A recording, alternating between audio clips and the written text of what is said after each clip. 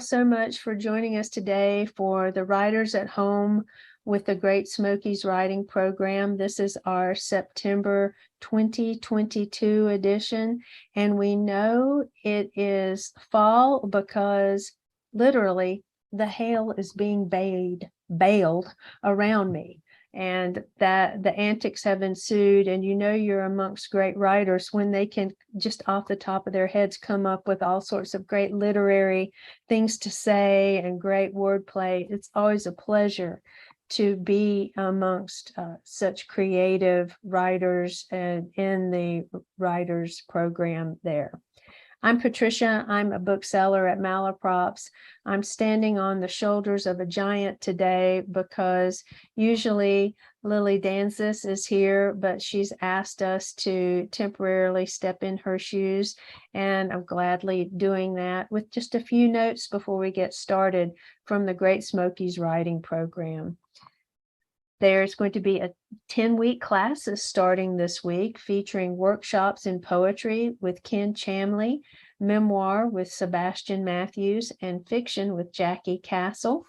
Some of these folks are with us today.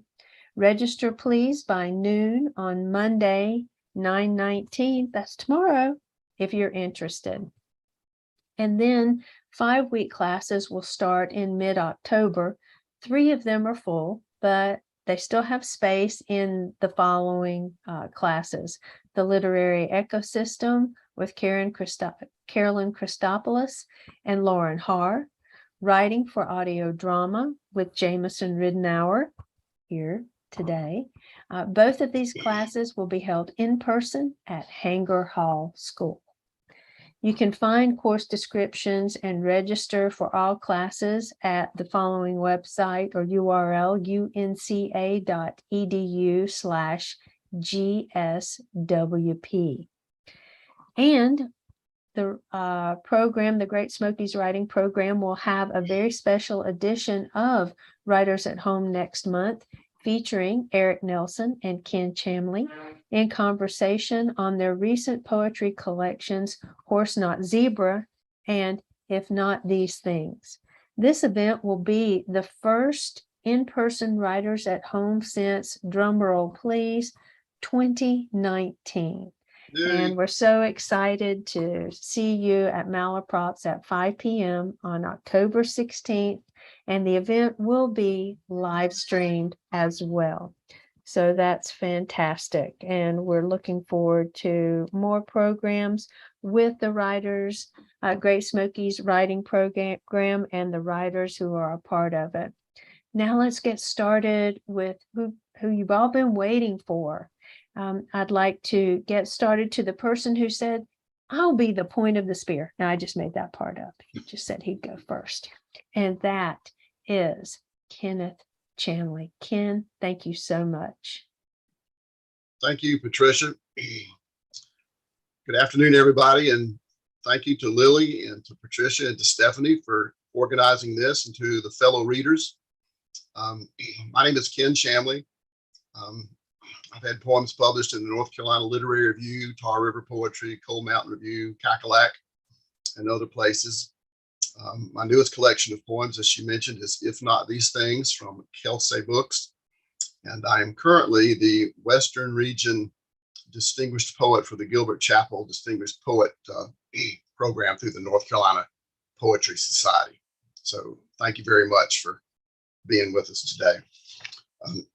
Since we're being hosted by a marvelous bookstore, Malaprops, the first poem I'm going to read is about books, sort of. It's called Hardcover Editions. The silver maple in our yard writes a new book every year. First, a few green words and twiggy phrases, then manifold paragraphs in leafy effusion. Other writers show up too. Along the road, white pines straight as solemn scribes obsess over fives, fingering needle clusters like tracks on the Pentateuch or the pillars of Islam. The flamboyant mimosa shows up late, tossing pink blooms like a manic flower girl. Quick and fussy in the high branches, hummingbird acolytes defend her overwritten frills. Unlike some novelists, the maple knows when its draft is complete, leaf count met, and even midsummer begins shedding minor characters and unreached themes. An unsparing edit lasting weeks, brittle pages piled with culls of other writers who mill the winter in drab coats, mulling sequels.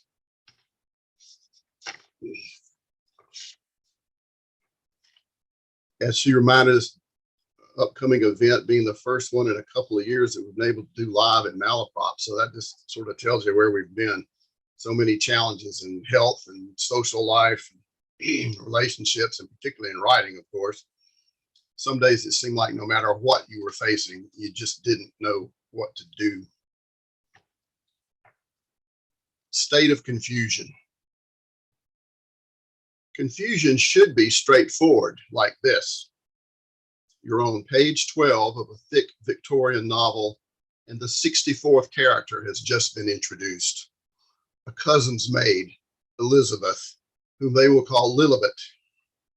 Or you might be taking a test in a high-ceilinged room with tall, unshaded windows, and the formulas you memorized have burned off like mist.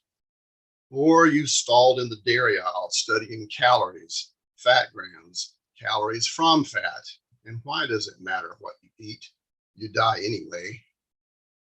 If confusion is a state, then today you are its capital. A dim city with traffic lights holding yellow, restaurants with no menus and reticent waiters, a city of unnumbered elevator buttons, signless malls, marquees without titles or times, and newspapers that never use names.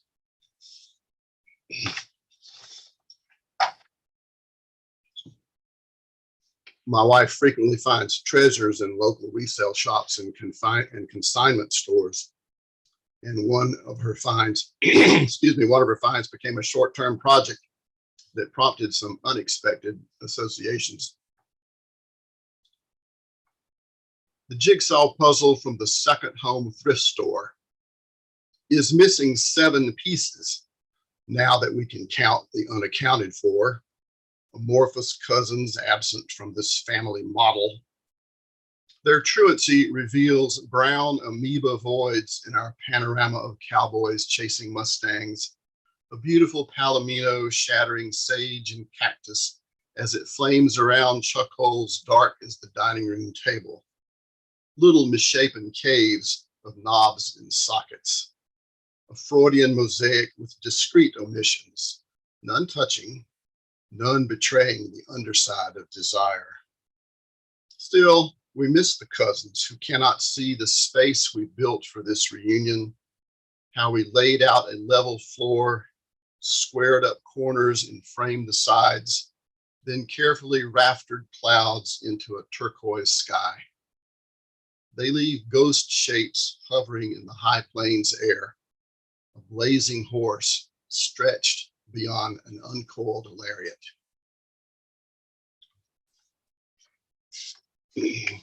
And finally, we know fall is the migration time for many birds, but around here in Mills River, there are a number of geese that just stay all year. They're just local residents. I like hearing them and seeing them and knowing they're here. I'm glad they're not in my yard, I understand, but they're just a touch of wild that's in this rather overly developed rural landscape.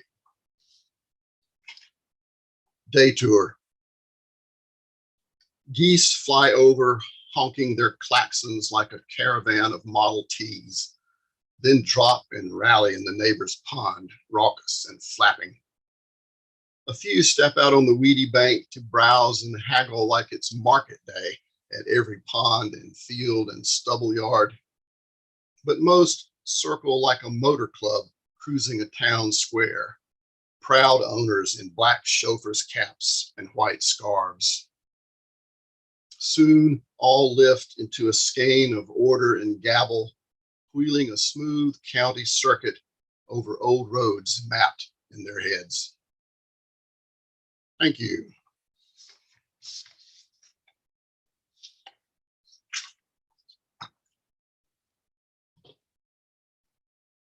Thank you so much, Ken. We really appreciate that. And if you didn't catch it, the event that I mentioned earlier, we were talking about that. Kenneth is going to be in conversation with Eric Nelson on October the 16th, and you can take a look at that on Malaprop's website. That would be, it's an afternoon event at 5 p.m. hybrid. Eric Nelson and Ken Chamlee. So thank you so much, Ken. And now our second reader of the afternoon, I would like to please bring on Tina Barr. Oh, Tina, you may be muted. I sure am. Now, not anymore. Thank you so much, Patricia. And also I want to thank Stephanie. And I'm really happy to be reading with all you wonderful writers. I'm going to read two poems from my most recent book, Green Target, which won the Barrow Street Press Poetry Prize and also the Brockman Campbell Award. My first book was The Gathering Eye, which won the Tupelo Press Editors Award, and my second book was Kaleidoscope. I have poems forthcoming in the Gettysburg Review, the Asheville Poetry Review, Tar River Poetry, and Broad River Review. It was a little cooler a couple days ago when I was deciding what I would read. And so I was trying to find a fall poem. So this is a fall poem. In our driveway, we live in a cabin on the side of a mountain. There's a long uphill and then it turns around into a flat track.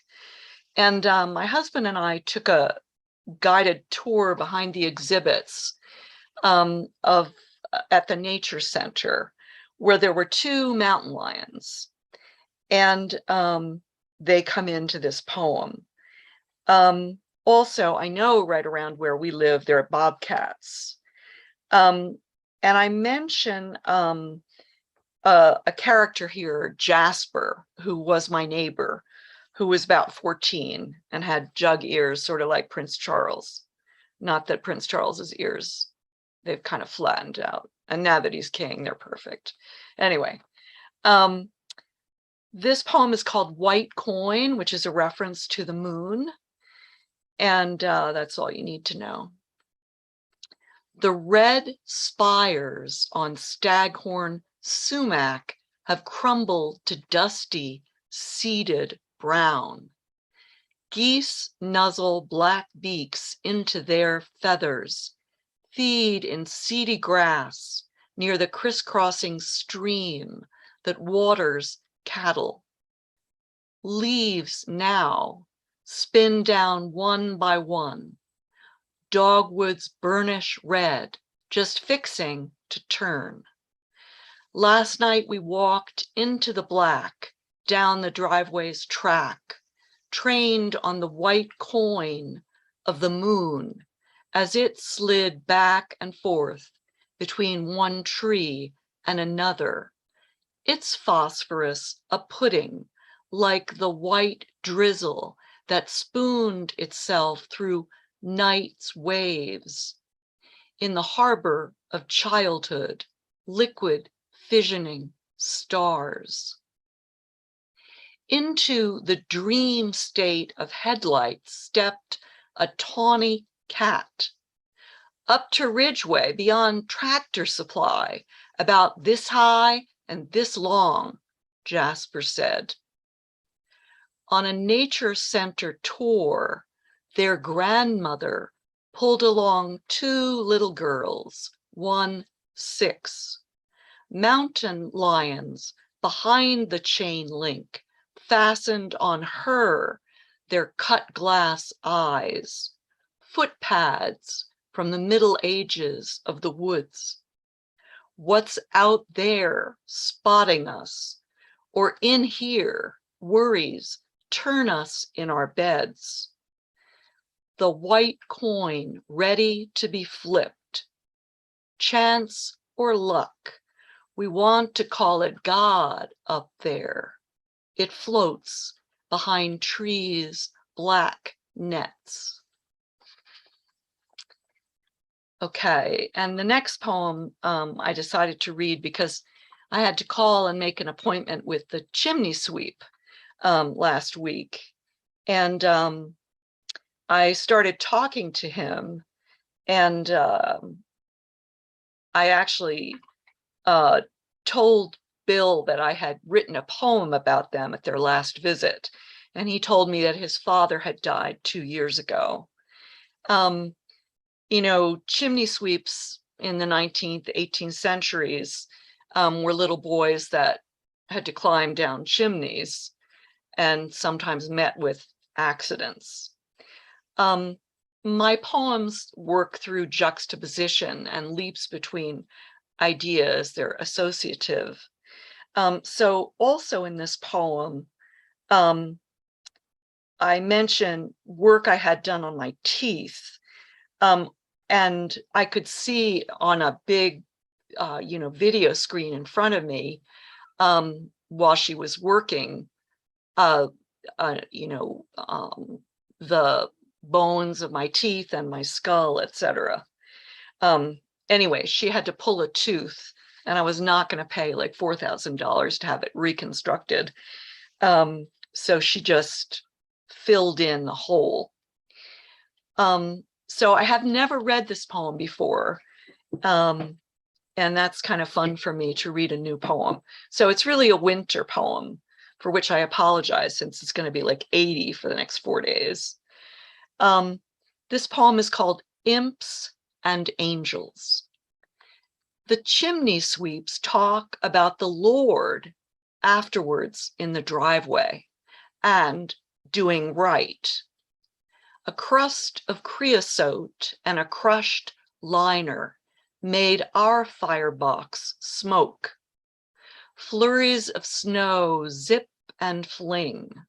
Laid out, the new liner coiled, its giant slinky unfolded down the chimney. Will drilled and chipped down to concrete blocks to wedge the iron firebox far back so heat would billow up. They didn't want our cabin to go up in smoke. Their faces soot-smudged, illustrated out of Dickens. I love the charcoal that's left over. I bury some in the garden, some in piles of fallen red sand off the cut bank every winter. Through fire, time collapses, pulled back past Dickens to the Romans. Burn wood and it will thread red salamanders. Coals breathe, ready to tile hell's walls in colors. Up on a huge flat screen, the firebox of my skull faced me, marked as gray and white shadow, teeth rooted. White canals made chimneys into my sinuses. A digital memento mori. As if a bellows puffed anesthesia into my vein.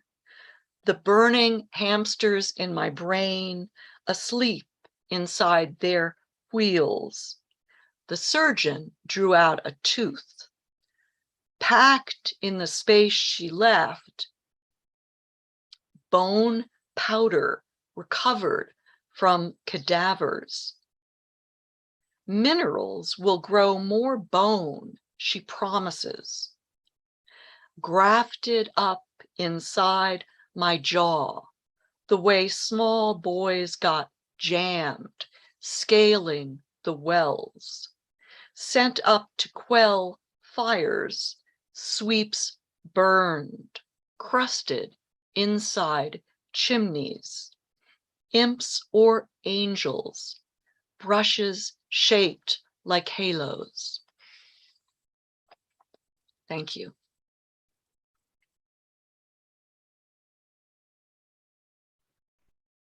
Thank you so much, Tina. We really appreciate your reading. It's a wonderful. I think you get the backdrop of the year award. That's a staggering background, and mine's Thanks. just a blur. So well done. Thanks. Up next, Bruce Spang. Bruce, take it away. Thank you. Thank you. Appreciate your inviting me. It's really great to be here with the other writers, Tina and Ken. I think we have all the poets going first. I don't know if that's a good sign, but we'll continue with poetry and then get, I think, to prose. I have a number of poems. This first one, I don't know about some of you, but during COVID period, much of what I had to rely on was memory, because getting out and finding new things was not part of the experience. So this is a sort of a memory poem. It's called Pat Boone. I think some of you may remember him. The Naked Lady and Me. My parents gone to another cocktail party. I put the 45s of Pat Boone's latest hits. His voice fills the wood-paneled basement room, word by word. I sing each phrase with him, a duet, two clean-cut guys, bemoaning how every star's a wishing star that shines for you. I have no idea who you is, or if there would ever be a you. I think of Jeff, his cheek close to mine, the way he slipped right through my fingers. I flipped the records. Ain't it a shame? I'd done him wrong, since in vain he remains just a friend. Beneath two squinty windows, Pat and I commiserate by ourselves in a room with a bar with fifths of Gordon gin, vermouth, a cutting board for limes, the rows of scotch, bourbon, vodka, and above them, my dad's favorite painting of a naked lady in a bathtub, her toe in the spigot, water splattering over her belly and breasts, as if with enough martinis and old fashions, she ceases to be a fantasy, can light on one of the stools right next to me.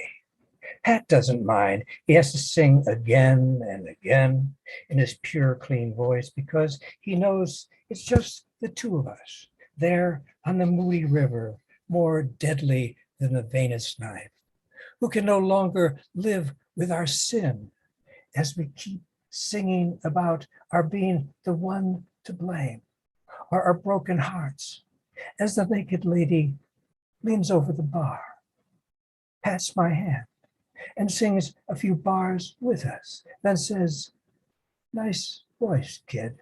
Here's to you," and pours me a tall, iced glass of sadness. This is from recently we were doing some cooking, and sometimes when you actually smell something and taste it, it's almost better than when you actually eat it. And the smell just sort of lingers in the air. So the sense of something more.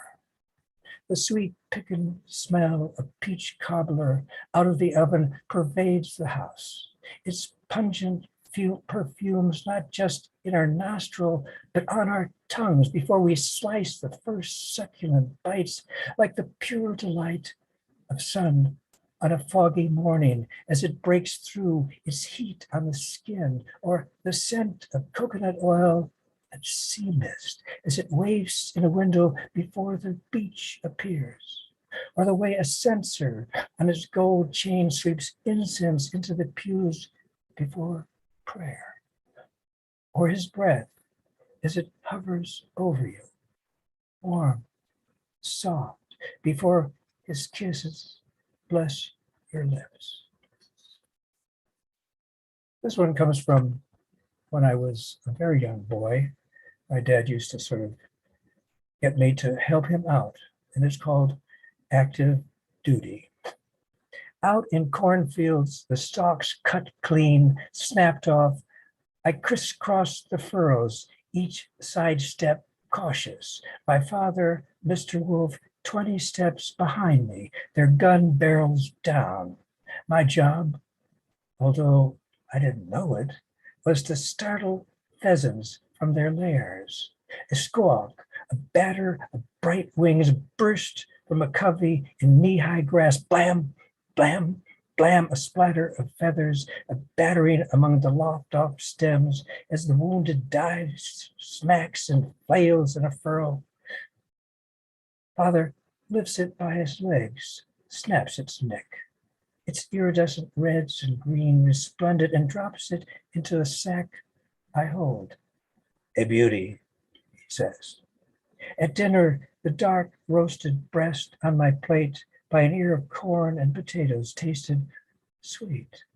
I sucked, not chewed on it, since the pellets, tiny as metal marbles, I had to set aside 6 in a row, embedded in the breast of a bird I carried in my arms from the field, light as a newborn.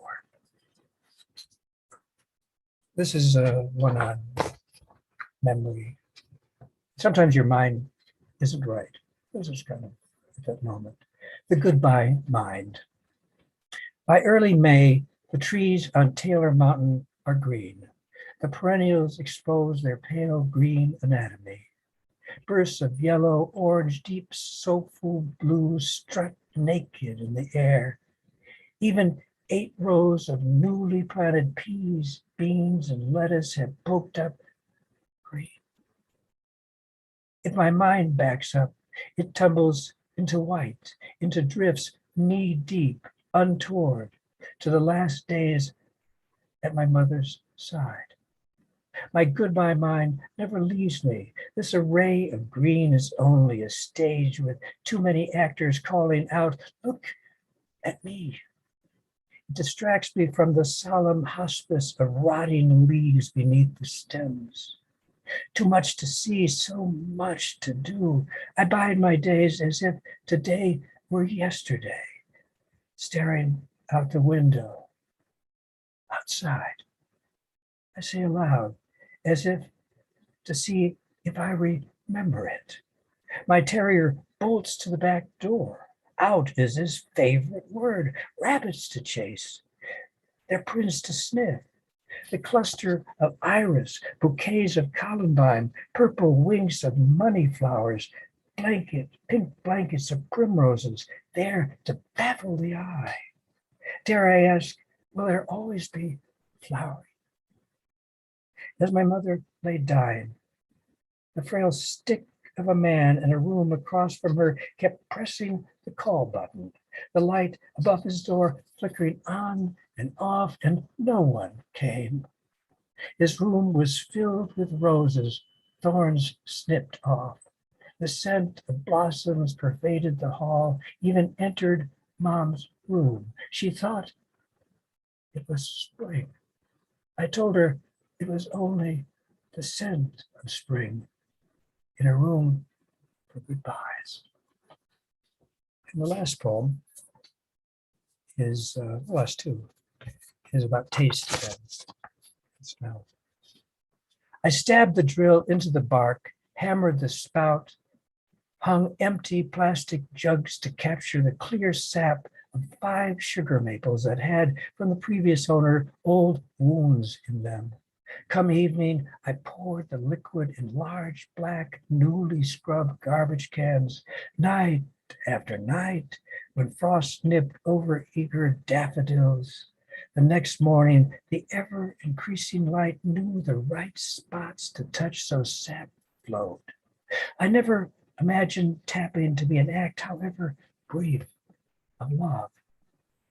Yet the day-long fire, the gathering of winter debris, cast-off limbs stuffed beneath the pan where the clear liquid boiled, thickened, darkened, and in teeny bubbles turned into a frothy golden hue that my lover and I ladled to our lips to sip the hot viscosity of those maples. Let it linger in our throats like the tongue of desire, where words, if there were any, were unnecessary, since it was what was left, was and must have been a kind of love.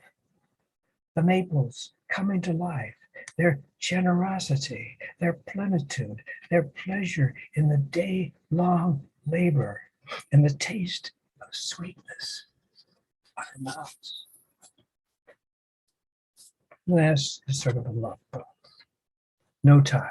Have you ever woken up in the middle of the night and wondered where you were and how old you are and how you ever got there? This comes from that. No time. I wake to silence of night. I'm no age. The room ink black, undreamed. In these hours, I might be 15 on the edge of my bed. My parents breathe across the hall. My father's nasal gas stentorian. My mother quiet as a bee in its comb. My feet are cold. I have to pee. I always need to pee.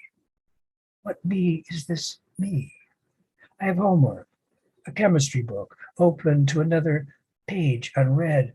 I'll do it in the morning. My brother in a bed across from me dreams a dream that swallows him. I can no longer find him.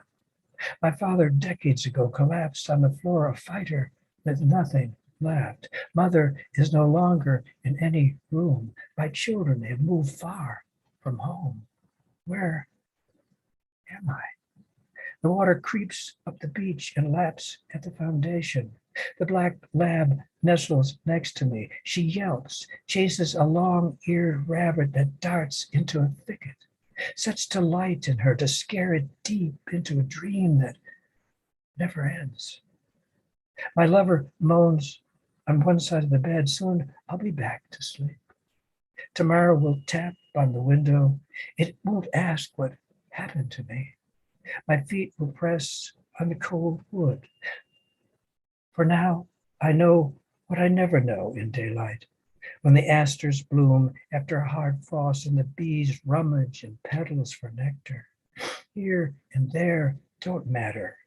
In this reaching out, to whom is there? This man breathing slowly as he slides every night into sleep, to wake to this world I never want to leave.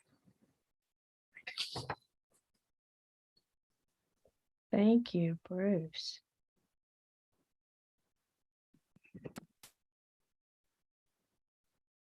Thank you. Thank you for that beautiful reading. These have all been wonderful and very inspiring. Up next now is Jacqui Castle. Jacqui, take it away. Thank you so much. I got a little lost in Bruce's poetry there, so I see if I can pull myself out of it. But I'm so happy to be here. I always enjoy taking part in events with Malaprop. So thank you, Patricia and Stephanie, for having us today. And it's such an honor to be among all these inspiring writers. I've written for local publications in town for a long time, including Mountain Express and Explore Asheville and WNC Woman. In the fiction realm, I'm the author of 2 published dystopian science fiction novels, The Seclusion and The Chasm. The Seclusion was selected as the 2020 Indie Book of the Year through a collaboration between Library Journal and Biblioboard. And you'll also sometimes hear me co-hosting on Wordplay Radio on Asheville FM at 5 p.m. on Sundays. And today I'm going to read the opening of a new work in progress, which is a science fiction novel titled Crepuscular. So you'll be some of the first to hear it. So it's not completely polished, but I'm excited to share it with all of you. I stood at the edge of my yard as the first hint of a coral-colored sun peeked over the horizon. Ascending tones from a siren at the corner of the block issued a 5-minute warning. Mom, we're running behind, my 12-year-old son Henry said from behind me. I could hear his anxiety rising in time with the urgency in his voice. Just a minute, I said in my calmest tone possible. My mom used to say curfew was kind of like speeding. There was a gray area you could exist in before you were really in trouble. I'd never driven myself, but still thought of those words often, though trouble could mean more than one thing in Midland. I willed the warmth of the teasing sun to cut through the early morning chill that permeated the air, wishing we were allowed just a few extra minutes to stand in its glow before keep warm turned to broil. I turned to see Henry latching the solar shades against the house, his disheveled brown curls forming a bird's nest on the back of his head. From the way his long neck drooped ever so slightly as he clicked the shades one by one, I knew, though he would never admit it, that he was ready for bed. I walked over and helped him secure the final latches, ensuring there were no gaps at the bottom, just as the 3-minute warning alarm, slightly louder than the 5, sounded. It was a routine we knew well, and one we could do twice as fast if needed. But a cloak of dread covered the entire city when curfew was nearby, and Henry was no exception. I tried to stay calm at these times, to show him we were okay, that we didn't need to be afraid of the sun. Though fear of the sun caused dread in most, for me it was the pending curfew, when we would step foot inside, unable to leave until sunset. As soon as the doors shut, I felt antsy, trapped, as though I'd hoped the feeling would dull with time. It had not. In the distance, over the downtown region of our city, radio towers lowered themselves into the ground where they would stay until sunset. I liked to watch them, as if our city was tucking itself in for the day after a long night. The Vespertine complex, a private, rejuvenated country club up a hill, caught the sunrise just so, grabbing my attention. It was on the edge of the rim of our valley, like something perched on the edge of a bowl, always looking down. Its large central clubhouse, surrounded by rolling green hills and wrought iron perimeter gates, were warm and aglow, like they had their very own sepia filter. I loved to look at the grass, though it had to be artificial. There was so little green left in the world. As I rounded the corner to double-check the windows in the back, I stopped short. In the field behind our house, 2 small rounds of light seemed to float in the darkness in the distance. They were close together, aglow in a vivid yellowish green. Eyes, I thought, and my brain shuffled through old words I used to know until one stuck. Deer. I couldn't make out the silhouette of a body to confirm my impulse, but it was the only word that came to mind. I hadn't seen one in over a decade and didn't remember them standing so tall, but I recalled how their eyes would glow when they encountered headlights.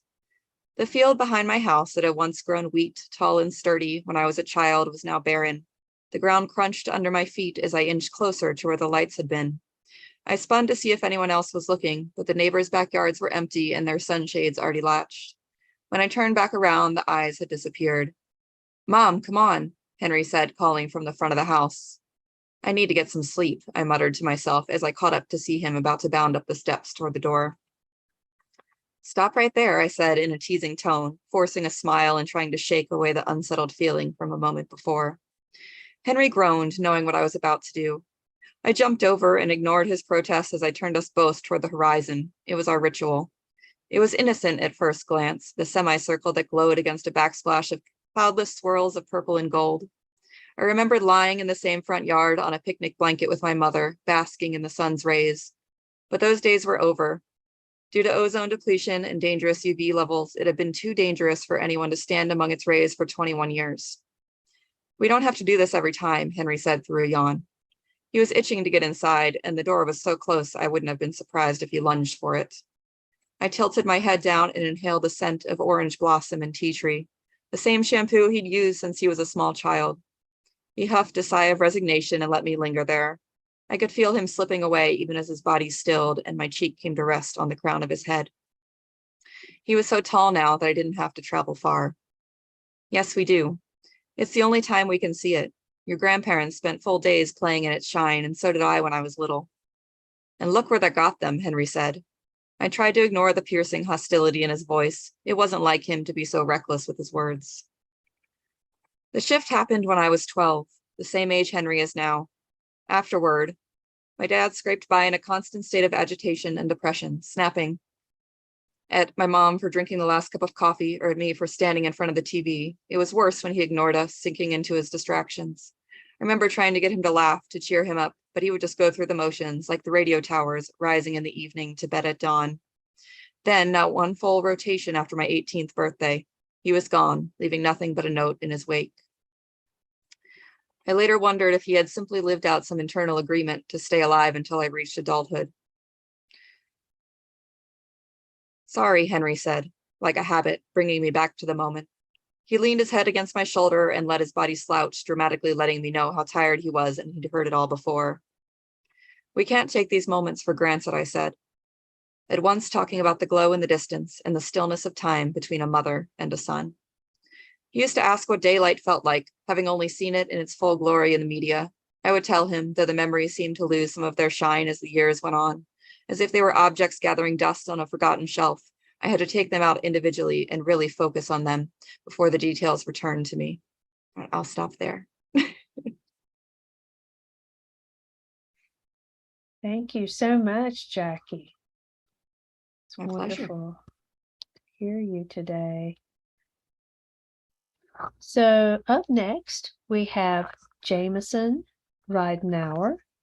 And Jamieson is also going to be a part of an event with Malaprops, and that's going to be on Tuesday, October the 11th at 6 p.m. It's a virtual event. The book is by Aaron Keene, and the title is Runaway Notes on the Myths That Made Me. And Aaron will be in conversation with Jamieson. And of course, you can all check these out on our website, malaprops.com/events, because there's a lot of great things that all of these authors and poets have been involved in and will be involved in with us coming up. So please check that out. So Jamieson, please take it away. Hi, I want to repeat everyone else and say thanks to Malaprops for having me and express how grateful I am to be in such a great lineup of writers. I appreciate y'all having me. It's always a pleasure. I'm sort of a manic writer. I can't really decide what type of thing I want to write. So I've written novels, published novels. I've written plays. My 2012 play Grave Lullaby was a finalist for the Kennedy Center's David Cohen Playwriting Award. And I do academic writing. My most recent academic book is called In Darkest London. It's from Scarecrow Press. It's about the Victorian urban Gothic. I love Gothic literature. Everything I write is horror adjacent. So that's what I'll be reading today. But I'm probably enjoy most writing for audio drama. I write an audio drama called Palimpsest, which is about to celebrate its 5th birthday on Halloween of this year. We're in production for that 5th anniversary episode. What I'm going to read today is an excerpt from an audio drama script, a single voice audio drama script that I wrote for an audio collective in London called Uncanny Collective, who commissioned it from me. And it will eventually be out on their podcast, but you're hearing it for the first time. There is a white bus that drives through my neighborhood at night. It comes most nights between 2 and 3 a.m., although sometimes as early as 1:30 and once as late as 4. It's shortish, like a regular school bus that's been cut in half, and it has a bright white light that strobes from the roof. It makes no sound except for the whisper of tires on the pavement. It drives slowly down the street behind my property, stopping briefly by each house, and then disappears around the corner. I don't know where it goes after that. The first time I saw it, I was standing on my back deck, looking at the trees in the dim moonlight while my husband slept 15 feet away inside the house, sprawled across both sides of our bed. I hadn't meant to be out there that late. It was close to 2:30 a.m., but I couldn't bring myself to go back inside. We own the land behind our house, which slopes up from the back deck for 15 or 20 heavily wooded yards until it reaches the street behind us. That's Elm. Our house faces Oak Street, and it's the only lot on the block that extends back like ours does. There are houses lining Elm Street, except for the 100-yard stretch of our land, which sits there like an uncleared patch of woodland in the midst of the suburb. It's why we chose the house in the first place. There's no neighbor's backyard butting up to our windows, nothing but trees and underbrush. It's a significant hill, so Elm Street is a good 30 feet higher than we are. We regularly see the headlights of passing cars moving by at what looks like the midline of the trees. But in the wee hours, when the whole neighborhood is sleeping and the sounds of the city are muted in the distance, standing in the back of the house may as well be staring off into the wilderness. You see only trees and darkness.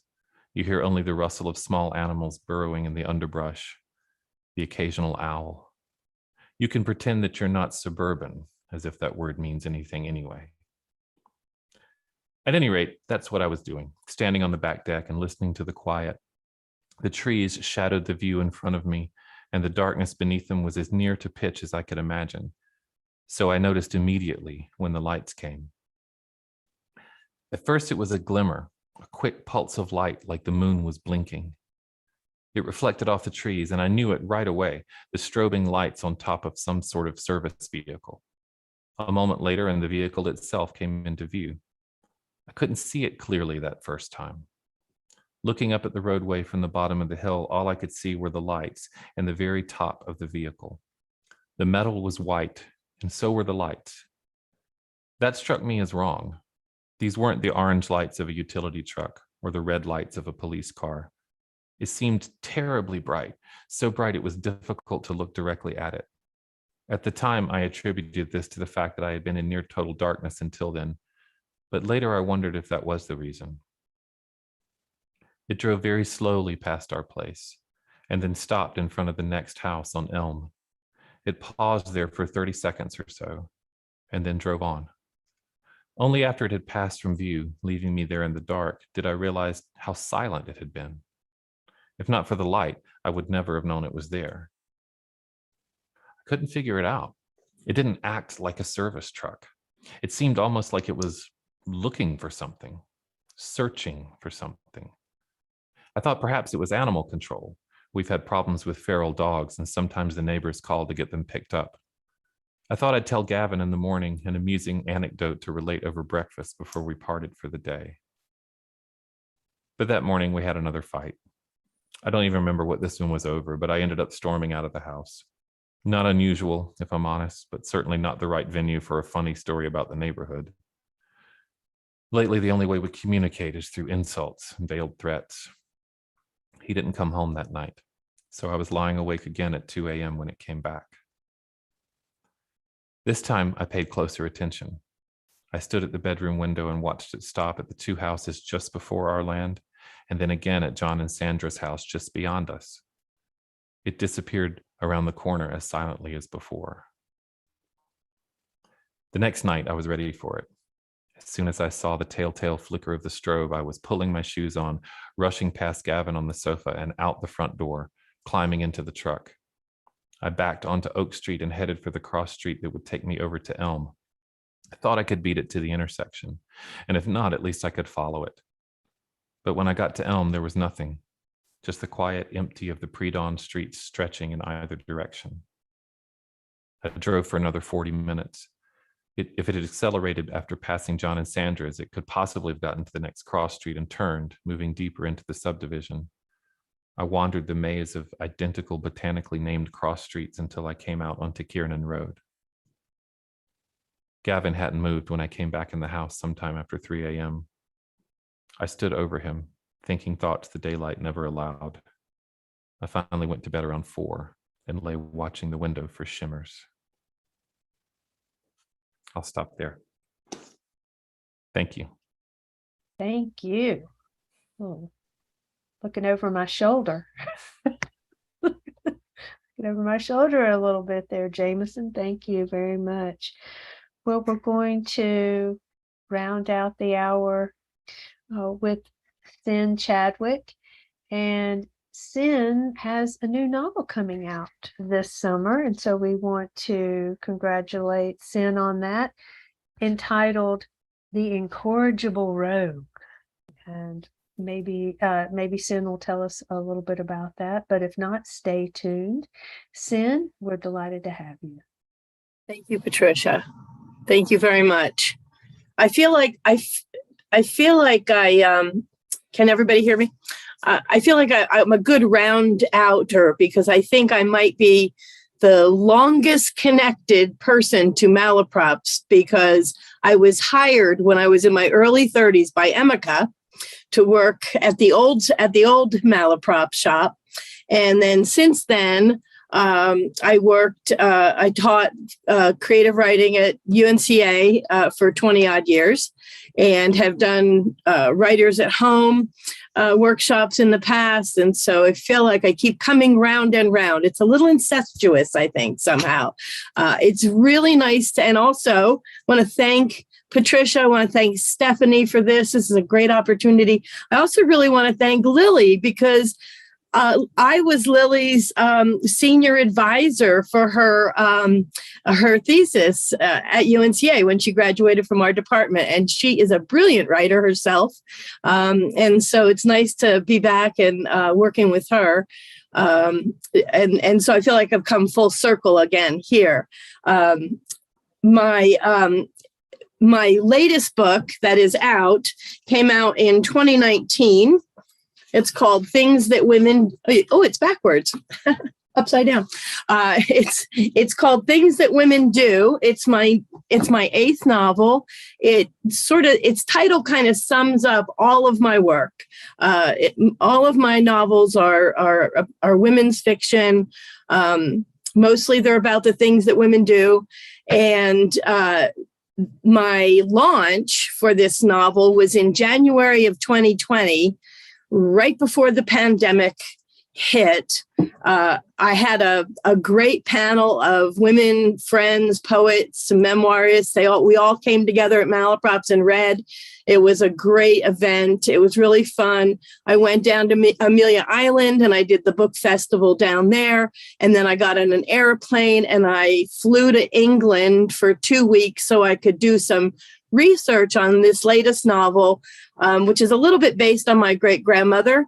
It's called Things That Women Do. And when I came home on the 4th of March, pandemic hit. Boom, done. So what do we do when we're stuck at home? I had a friend say to me, this is the pandemic you have been waiting for, which I kind of feel is true because I just wrote this book and it was wonderful. And my experience brought me together with my relatives who are still in England.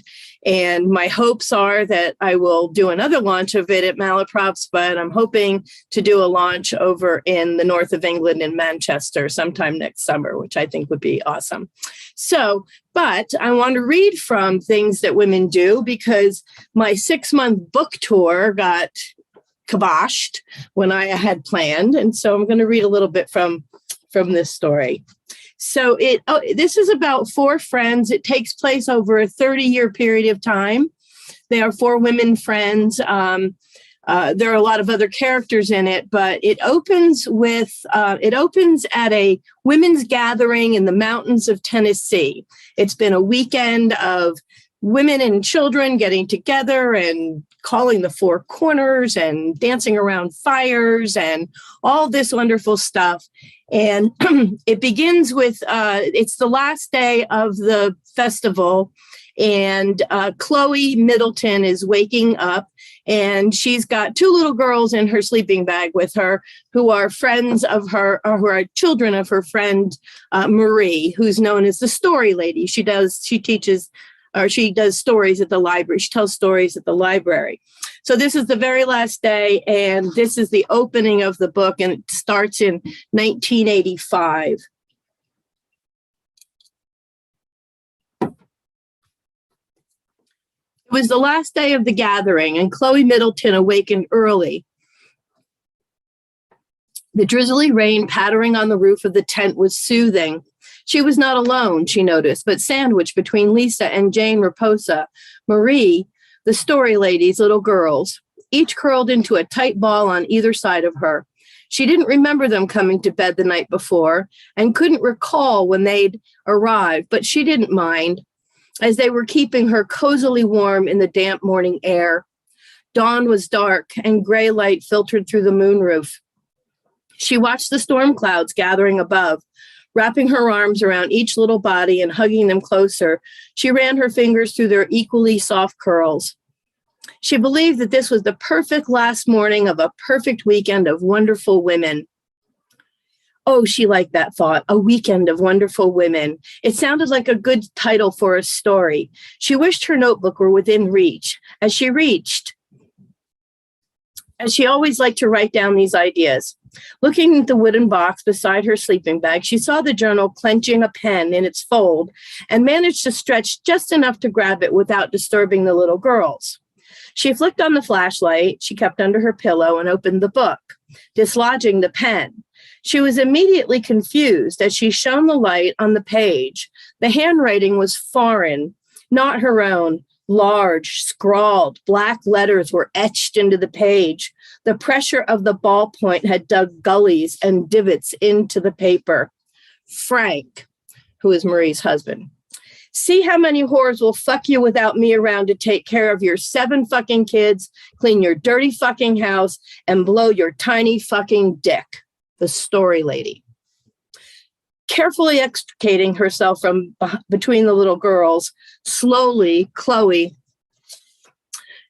extricated herself and got out of the sleeping bag. She pulled on shorts and a sweatshirt, then counted breaths as she tied her sneakers.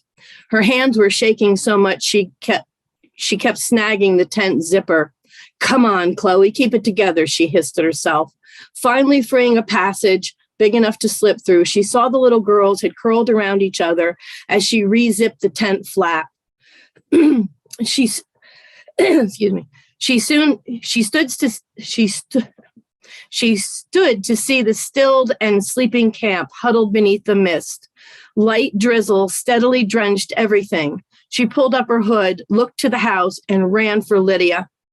They'd signaled a quiet alarm. Lydia sent Chloe and Sadie to send a whisper through the camp for some to start the search and some to stay with the children. They spread out. Numerous pairs ran in many directions while others stayed with the children, including the little Raposa girls. Chloe and Sadie went together across the fields. They noticed the small hanks of calico cloth littering the goat path between Lydia's and Sadie's farms. Initially, the ragged patches were tied to the bush and tree branches. Further along, Chloe could tell that they'd been ripped and tossed like rose petals, leading to a romantic evening, except these shredded pieces of colorful fabric were now muddied and wet. As the women followed them, Chloe grabbed Sadie's hand and wouldn't let go. They stood before the gap in the sliding door of Sadie's goat barn, where the tattered remnants of the story lady's calico apron lay in a heap. The barn was a tall, weathered building once used to house hay, but it now contained more than a dozen of Sadie's favorite barnyard animals. Wait, Chloe tugged on Sadie's arm. Don't go in there alone. Shouldn't we get someone? Shouldn't we call Lydia? Sadie pointed to the calico apron, now a mere scrap of its former self. She's in there, Chloe. What if she's hurt? You're right. Chloe let go of Sadie, who pushed the door wide enough for the pair to enter the dark cavern. As Chloe's eyes adjusted, she felt the dry warmth of the barn, the sweet smell of hay, and the musky smell of goat mingled, making her stomach churn. The animals were rousing, huffing, snorting, and beginning their morning rise. It was Sadie who startled her by shouting, "Marie, you in here?" Nothing. They walked along the opposite edges of the rectangular barn, passing stalls, troughs, hay bales, and feed sacks, only to meet at the other end. They turned and stood, staring down the length of the yawning gloom. Where could she be? Chloe whispered. Sadie held her breath, listening to all the familiar sounds, goats grunting, the hum of the generator, water dripping from gutters and catching in rain barrels at corners. But there was another sound, a small sound that did not fit, a creeping, warped wood wincing sound, rhythmic, like a docked boat might make. A sound out of place in this barn. Sadie let her ears tune in, and her eyes followed upwards to the hayloft, to the long pole rafters, to the rope tied to the joist, tied to Marie's snapped neck.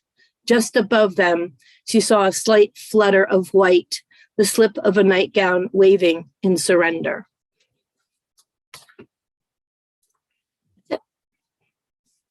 Whoa. Things that women do. Powerful imagery there. Thank you so much, Cynn. You're getting us into October, it feels like a little bit there. Thank you.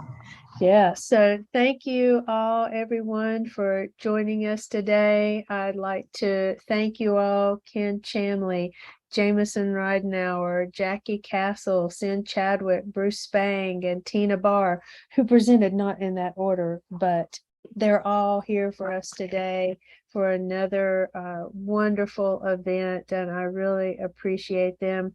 the Writers at Home series through the Great Smoky Writings Program. And thank you all for joining us today virtually. We'll see you next time. Thank you, everyone.